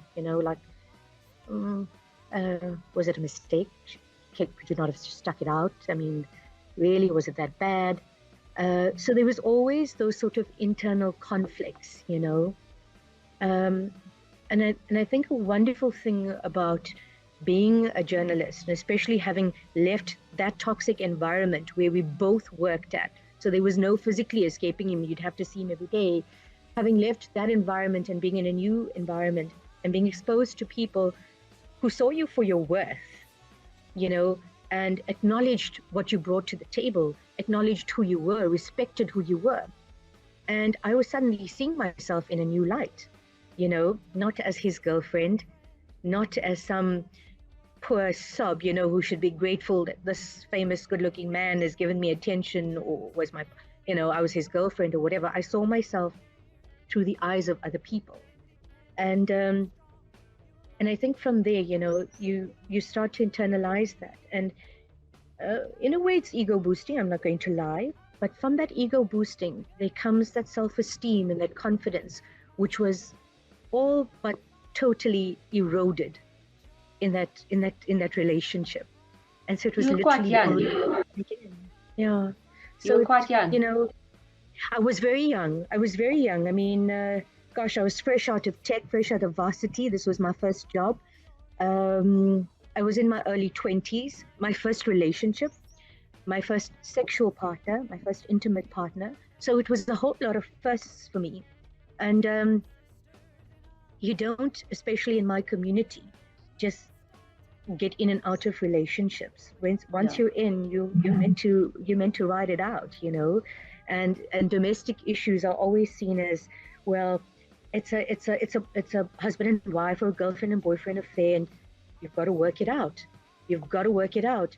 And unfortunately, with a lot of women, it takes them coming home in a body bag before the reality of the toxicity and the danger of the relationship that they were in actually settles or sets in with family and friends around them. That's what it takes.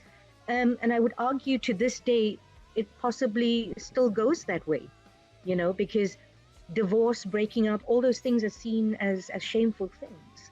You're seen as a failure if your relationship hasn't worked out.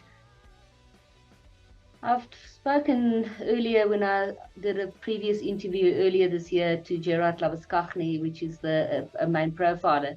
And he basically said exactly, you have to get out. You're not going to change that person. And if you continue with the relationship, you are probably going to end up being dead. That's what's going to happen. There's such a small amount of people that actually do get out of that relationship and the person do change. He says 95, 99%, you're not going to change the person and you're going to end up dead if you don't do anything about it. Yeah, no, look, we know the stats, Lynette. We know what the statistics are. And even those numbers, as horrifically high as they are, they're not even a true reflection of the magnitude of the problem. Because so many people are still living in silence. So many women are still living in shame and fear. Because shame and fear are the two things that crucify you and keep you stuck in this relationship. And it's very easy, and this is what gets me a lot, really gets my goat a lot of the time, is when people say, well, just walk away, just leave, get out. How hard can it be? That's the solution to the problem, right? But actually, it's not that easy. There's deep psychological impact, there's trauma, there's fear. You can't There's financial impact. I beg your pardon? I said there's even financial impact. There's all kinds of other stuff that's happening in and around the relationship, the family. It's a very complex situation. It is. And people simplify it to just leave. Just leave. Not that easy. And there are women who have just left.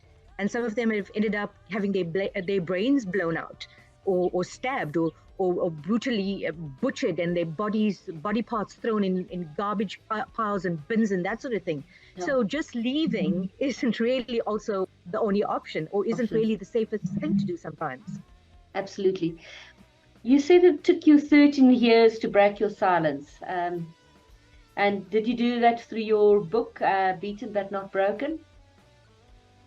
There were a few people that were privy to what had happened, the extent of which they did not know.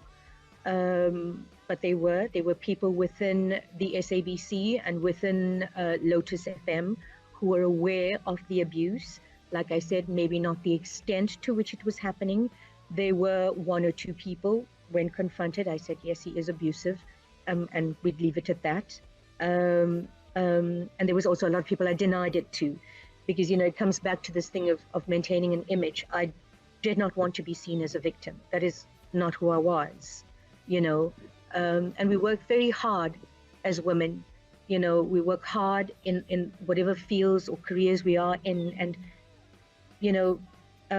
admitting to something like this, or expressing vulnerability, or showing vulnerability, or sharing something as grotesque as being a victim of this grotesque thing called gender-based violence, you almost feel like, you're going to be judged for it, and not the perpetrator, not your abuser, but you're going to be judged for it. So there's all these things that you carry with you. So yes, I kept my silence. I kept my silence for that reason. I kept my silence because I was in a new job, I was in a new environment, I was mixing with different people, and I literally had an image that I had created for myself. And come hell or high water, I was going to maintain that. Because I didn't want to be seen as a victim. I didn't want people saying to me, oh my goodness, that happened to you, or shame, or pity, or whatever. I didn't want or need any of that. It was never going to help me, with anything. Keeping silent is not always a peaceful thing. For all those years that I did not talk about it in the detail, with an exception of my husband, who knew intimate details of what transpired in that relationship in terms of the abuse, nobody else actually did, not even my mom or my sisters, whom I consider myself very close to. I would wake up in the early hours of the morning. I couldn't sleep. And, this was an ongoing thing. I would wake up from dreams where I was back at the SAPC. I would wake up from dreams of, where I was back together with him. So it was a constant thing. And it was almost, just underneath the surface. Yeah. And that was it. It was something inside of me that was screaming or begging to come out. And, in suppressing that truth and keeping that silence wasn't anymore about protecting myself or my image. I was indirectly protecting this man. And I'm sorry, but if that, it's no longer my obligation to protect him. And thankfully I had the support of the most important people, which was my husband and my mum and my sisters. And the Indian community is a very conservative one. So talking about these sort of things is like almost taboo. And I'd taken them all into my confidence, and I said, I am going to write, and there's going to be things you're going to read that you are not going to like, that is going to be hurtful. And as long as we all know that, I'm going ahead with this. And I had their support, and I could have asked for nothing more, because nothing and no one else mattered except that they knew. And breaking my silence wasn't so much an act of bravery as much as it was a necessity, because I was carrying trauma. I'm a mother, I'm a wife, I'm a daughter, I'm a sister. I'm carrying trauma, which made me a very angry human being for a very long time. And none of those people around me deserved the poison of that. And so in breaking silence, I chose to say, I am no longer protecting you, because that's what I've been doing all this while. Not myself, I've been protecting you. But you still protected his name when the book came out. It was only after that you actually named him. His name is Fahim. And now he's, obviously I have looked through, and he's denying everything, and he's married again, and the lady's also denying it. So there's ongoing abuse and denial, and I'm pretty sure that if he's abused you, that he's abusing the new wife as well. You see, the thing about abusers, sexual predators in general, it's almost a cut, copy, paste. You could get a room full of women who have been survivors of domestic violence or intimate partner violence, put us all in a room and get us to talk about our abusers.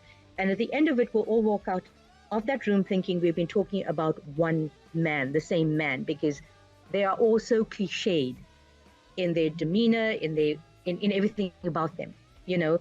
So yes, I did not name him in my book because there again, there was still an element of fear. Because what would be the consequences? I had not seen this man for a long time. I'm still carrying a lot of trauma. I wrote safely. If I had to rewrite that book now, the facts remain. They're not allegations, they're assertions, they're facts. They will remain.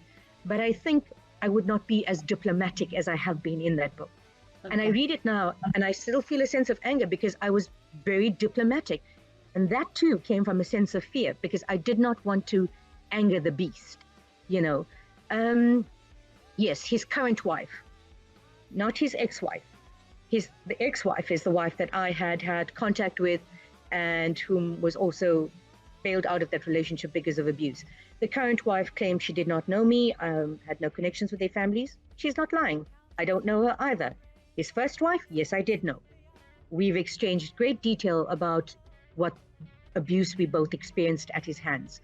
But it's, you know, when I named him and that story came out, he could not respond to me. He got his wife to speak on his behalf. And isn't this what they do? It was so cliched, I almost wanted to laugh. If I wasn't so traumatized, I would have found it hilarious. Because you then get a woman to speak on your behalf, you know, and that's a typical coward. So you get a woman coming forward, and I cannot hold it against her. She has not done anything that I did not do for him myself when I was in that relationship. So I could never hold that against her. And I will never hold that against her. But you know what I'm sure he saw as a very strategic move to get his wife to fight his battle and take on a woman. Of course, she's not going to know what happened in our relationship. She wasn't there, you know. But all of this lent itself to this picture, you know, to reinforce this picture and this image that we have over the years put together of what an abuser is, who he is, what he looks like, how he behaves, how he fights his battles, or how he chooses not to fight his battles and get others to do it for him. And what more strategic thing could you possibly do but then to get a woman to step up for you? Absolutely. Clever, but very stupid and very transparent. Yes. Tell us, so your book, Beaten But Not Broken, is available on Amazon, am I correct? And some at bookstores? Yeah, it's available at all exclusive books, bargain books, online as well. It's been in reprint quite a few times. And I have to say, you know, it was almost such a poignant revelation to have people read this and then come back to you and say, I feel empowered. I know what to do. You know, I felt trapped. You know, I couldn't believe that you went through this. And if it could happen to you, then, you know, I feel emboldened now to step up because we have a sort of idea of what an abused woman looks like. We have an idea of what an abusive man looks like. They're typically of this background, this sort of social standing, and or whatever those, you know, misnomers are. We have that image, right? So when you get people who are, well, in the public eye, or you get somebody who's in the public eye who's now been outed and pointed out as an abusive sexual predator, or somebody who stands up and say, well, you know what, it happened to me. It empowers other women to step out of line, because that's what we need to do as women. We have been put in a line. We have been told to toe this line. We have been doing it generation after generation. We are passing it down, mothers to daughters, grandmothers to, you know, we are just passing this thing down. It's almost like it's in our DNA. Keep the silence, keep the peace. Well, it's time to step out of line, you know, and more women are doing it. That's what I'm saying. Take action. It's not about activism, but action. Do something. Yes. Step up. Absolutely. From a positive side, what children's book did you write? And what's it about? Yes. I wrote a book called The Selfish Shongololo. It was actually my first one. My son was about 10 months old, and I was struggling to feed him, and he was like going onto solids. So I was sitting at the window and having to look out, and the birds about. There was a fat little worm on the floor, and so I started making up a story for him, right, based on what we could see out the window, and I toyed around with it, and then I wrote it out, or typed it out, and I thought, well, what's the worst that can happen? Let me just send it through. And I sent it through to Penguin, right? Long shot. See, they like it. They don't. What's, nothing to lose, But anyhow, I mean, it was just a few weeks later that they'd sent an email back to say, well, we like it and we'd like to publish. So it's a story about this. It's called The Selfish Shongololo. So it's a story about this very greedy worm that has no friends and basically just wants everything for himself, doesn't like to share and that sort of thing, and then has this moment where he is in dire need of help, and the very animals that he refused to share with and was unkind to came to his rescue. So it was an epiphany for him, and he changed his wicked way, so to speak. That's so absolutely lovely. A happy ending, yeah. And for me, what's beautiful is that it was told to my child, so it's his story, it belongs to him. But and now it's for other ears as well and other eyes as well. And That's fantastic. What greater gift, It is. Greater gift to be able to give somebody a story that impacts. Yeah, no, absolutely. Last thing, what would you say to women out there? What would your message be for the 16 days of action? I would say 16 days of activism, 16 days of action should be 365 days. As much as I appreciate the sentiment behind these things like Women's Day, Women's Month, 16 days of activism, this is happening every single day. Even once 16 days are over, the body bags are continue to pile up. Women are going to continue being raped. They're not safe in their homes, on the streets, in the workplace, nowhere. But I'm saying we have been taught to keep the peace. It is not your responsibility. Stand up, step out of line, speak out, if not just for yourself, but I'm sure you would be aware of other people. And even if it's the smallest bit of suspicion, act on it. Because for too long, we've heard screams coming from the house down the road, or we've seen the colleague come to work with bruises around her face. We don't ask questions, right? It's easier. Well, ask the questions. Get involved, make it your business. 16 days comes and goes, but we are here 365 days. And let me tell you, those body bags will continue to pile up. But people have got to be decisive. And it has got to be men that are at the forefront of this. Because men are too quick to say, well, it's not all men. Well, I'm sorry. If you want to distinguish yourself from the rest of that group of men who are sexual predators, rapists, and abusers, you're going to have to step up. Because until then, you guys are not walking around with signs saying, well, I'm a rapist or I'm an abuser. So women will assume it is all men. And if you don't want to be lumped in that category, then it is for men to take up that fight and stand at the front of this war, not for women. It is for men.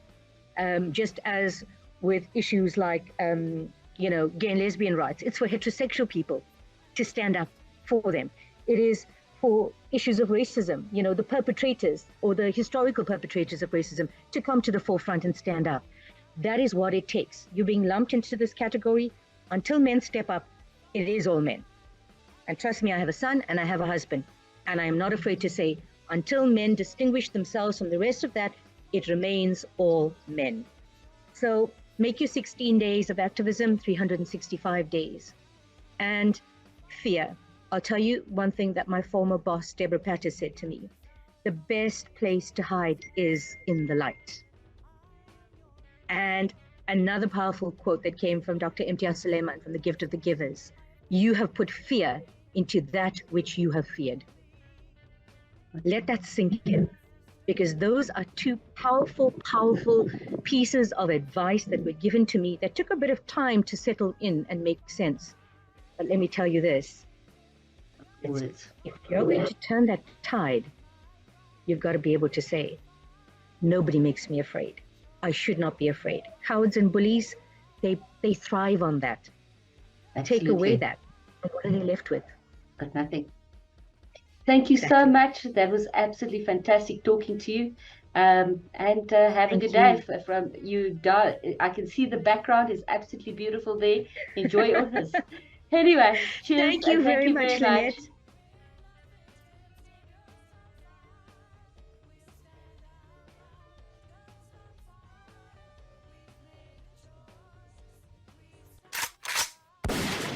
I'm a girl on fire.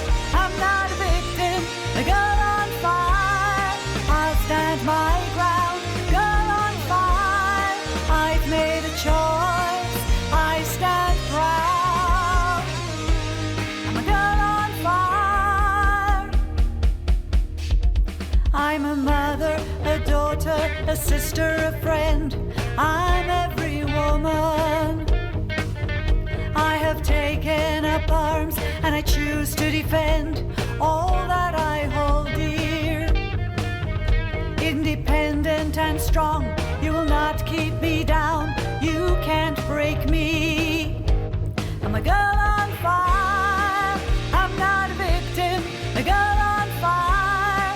I'll stand my ground. Girl on fire. I've made a choice. I stand proud.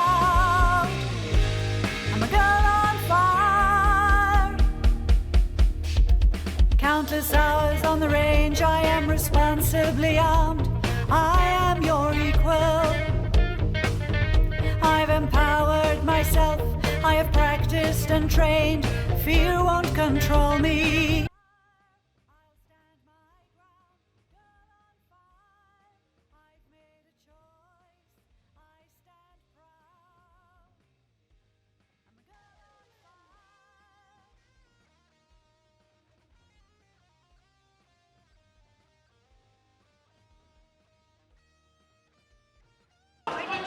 Okay, we're calling Paul up for our next item.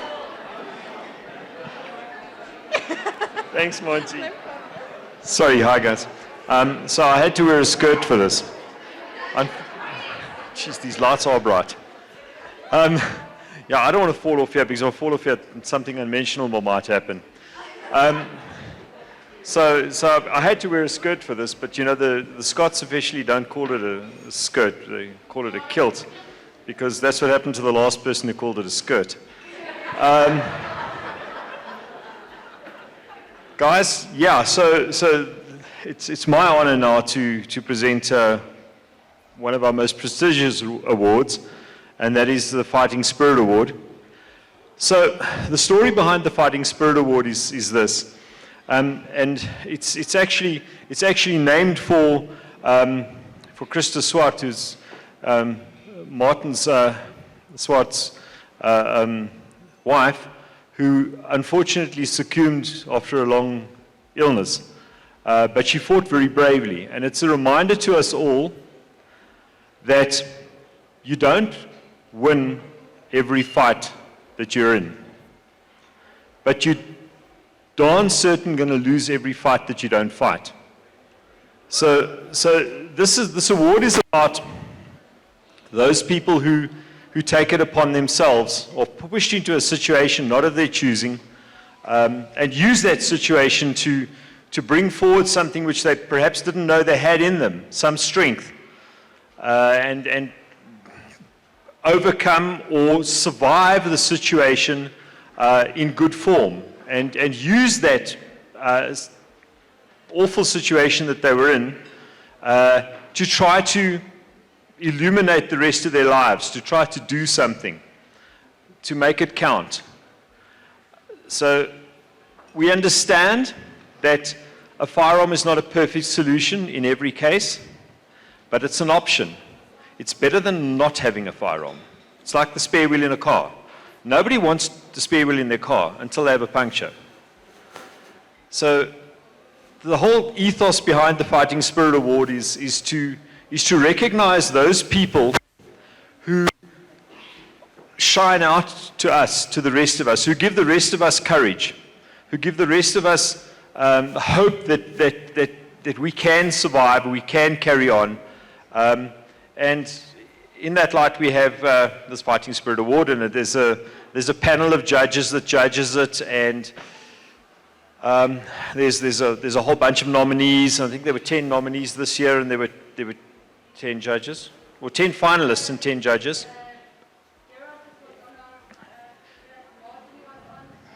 Yeah.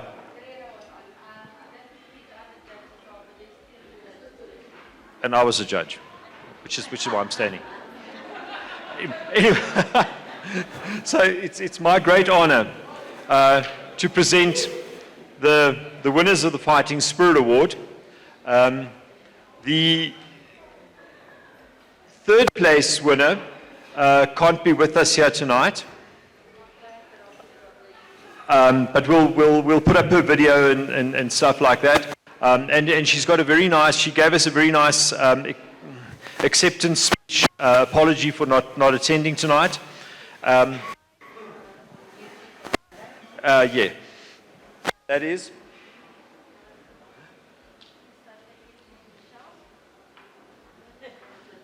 All right, so firstly also we can't do any of this without sponsors. We can't do any of this without generous donations that are made to us to make this happen, to make all of this happen. And one of our main sponsors this year, as you've quite obviously seen everywhere, is Johnson Workwear, and they've big up to Johnson. And Johnson have donated a voucher to the value of 3,500 rand to the third place winner. And the third place winner is Vanessa Tedder. She was a lady, she's a journalist. She's a journalist who was an ETV journalist, an ENCA journalist, who was attacked in the parking lot of the SABC. And et cetera, et cetera. Anyway, the long story, but we'll put all the stories up. And she's fought back. She has she's doing a lot now for other women who are attacked. And yeah, well done to Vanessa. Which the Fighting Spirit Award is. All right, this is her award. Vanessa Tedder, her I think it's her maiden name is Govender, and we have these rather handsome trophies that have been custom made for us by Studio Crafted Furniture. Sorry. The second, or the runner-up. Sorry. Oh yeah. So there's this panel of judges, 10 of us, and we each judged out of 40 points. No, it was just slightly more. No, it was about 450 points, I think. Anyway, the first and the second came within 2 points of each other, 402 and 404 points, I think. So they were very, very, very, very, very, very close. It was a tight race, not like last night's game against the All Blacks. Sorry. So I'm actually I'm the wrong way around. Sorry, I'm not used to doing this sort of thing. I'm going to present the winner first because okay, let's call both of them up here. So the two top finalists are bit of help here, Lynette, would be handy. Oh, Olivia Jasriel. Olivia, is Olivia here? Ah, there we go. And Keshna.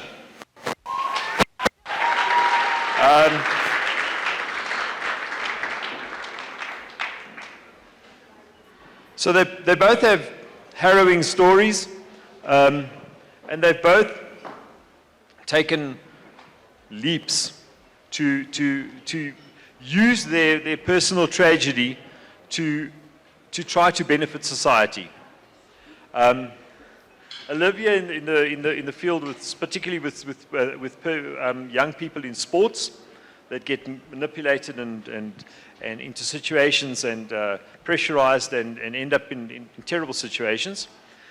And Keshna, who was the victim last October of a very serious personal attack where she lost her fiancé.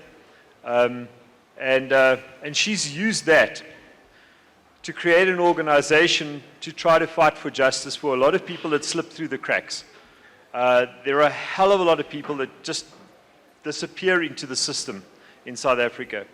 And Keshna's decided to take it upon herself to help those people. And we saw the situation and we thought, well, hell, maybe we can do something. So we have a lot of friends. So we're trying to craft in both instances, we're trying to craft a collaborative effort between organizations so that we can support these people. They're doing good work. They need our support. But this is what a society does. This is what a community does. It supports its members. So we're putting all sorts of plans in place with attorneys that will help where that's necessary, with investigators that will help to bring the truth to light, and offer protection. Anyway, it goes on, and I can go on and on all night, but let me not. So our first prize winner is Keshna, and thank you very much, Keshna. And a very close second, a very, very close second. So now the prizes. They're quite voluminous.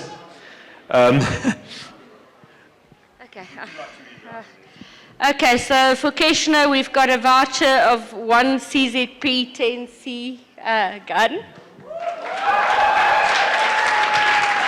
We've got a pangolin safe, which you can take home. You can't take the gun home today. You have to finish your competency first. We've got from RHT, Rescom Handgun Technologies, we've got a voucher for a CR Speed Ultra Belt Pink with some holsters. What else? And which I've lost, and I'll get it for you now, a Wattlespring voucher for a year's membership here. Let me show you your gun. Hold that first. I need a shopping trolley.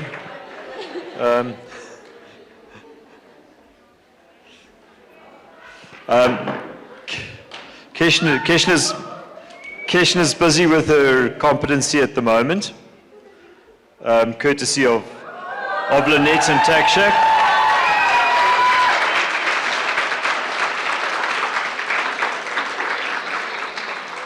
All right. Unfortunately, you can't take this home until you finish your competency, but there's also a, sorry, not Nechamal Macy. There's also a shirt from Nechamal Macy. Okay. And we've got the shirt here. You can take the shirt home.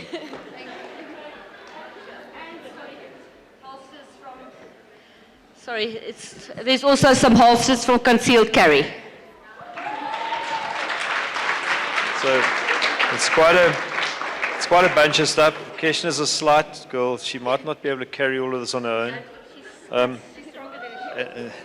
The gun we're going to have, we're not going to let you have the gun right now because that's got to be licensed first. But we'll look after that for you. And then Olivia, you're not forgotten. So we have again a firearm because that's all we are. It's a Beretta APX A1 carry. It's a very cute little gun. There we go. Also a 9mm, and again, there's vouchers, and there are vouchers from this club, the Sport Shooting Club, and I'll do 4 competency plus legal so that you can start your process. and a shirt from Negemel Macy.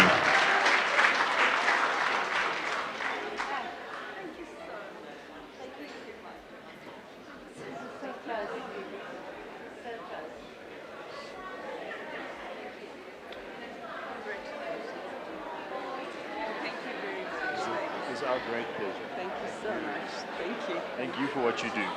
Yeah, we'll have to take the gun back from you. No, you have to give us the gun back. Jeez.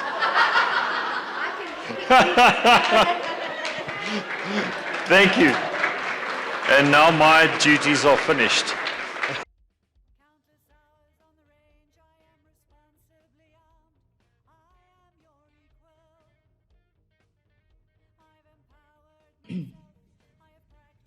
Hi and good evening, everybody. My apologies that I could not be there tonight. The logistics of travel, as well as being a full-time mum to 3 little children, does pose somewhat of a challenge. I'm sorry to be missing out on what I have no doubt is a pretty spectacular event, but I am there in spirit. I would like to thank the Gun Owners Association of South Africa for the nomination. I am humbled and I am grateful. I would like to thank the sponsors of tonight's event, as well as the panel of judges. I have no doubt your job could not have been an easy one. And in that spirit, I would like to say congratulations and thank you to the other finalists. That you guys have made it onto this prestigious list tells me that you must be doing some pretty phenomenal work. And not just raising awareness on issues like gender-based violence, but also other issues that cut to the core of any woman's existence in South Africa. Keep doing what you're doing, don't stop. Even in those moments when you wonder if it is all worthwhile. Perhaps we may never get to see it in our lifetime. Maybe our daughters will, or maybe their daughters will. But one thing's for sure is that those who come after us will know that their mothers and their grandmothers never shrunk back into silence and never stifled themselves to fit into spaces when it came to the issues that cut to the core of not just our existence, but humanity itself. Keep stepping out of line. Never stop stepping out of line. And before I go, the one thing that I have to say that I am most cut up about is that I missed out on this incredible opportunity to meet the legend, the iconic PJ Powers. You are one of my all-time favorite South African artists. I think I can speak for all South Africans when I say we not just appreciate what you have done, not just for women's rights, but for human rights. You are phenomenal. And I am just very sorry that I never got to take a selfie with you. Maybe some other time, fingers crossed. I'd like to wish you all a wonderful evening. Enjoy the event. Stay safe, be blessed, and lots of love.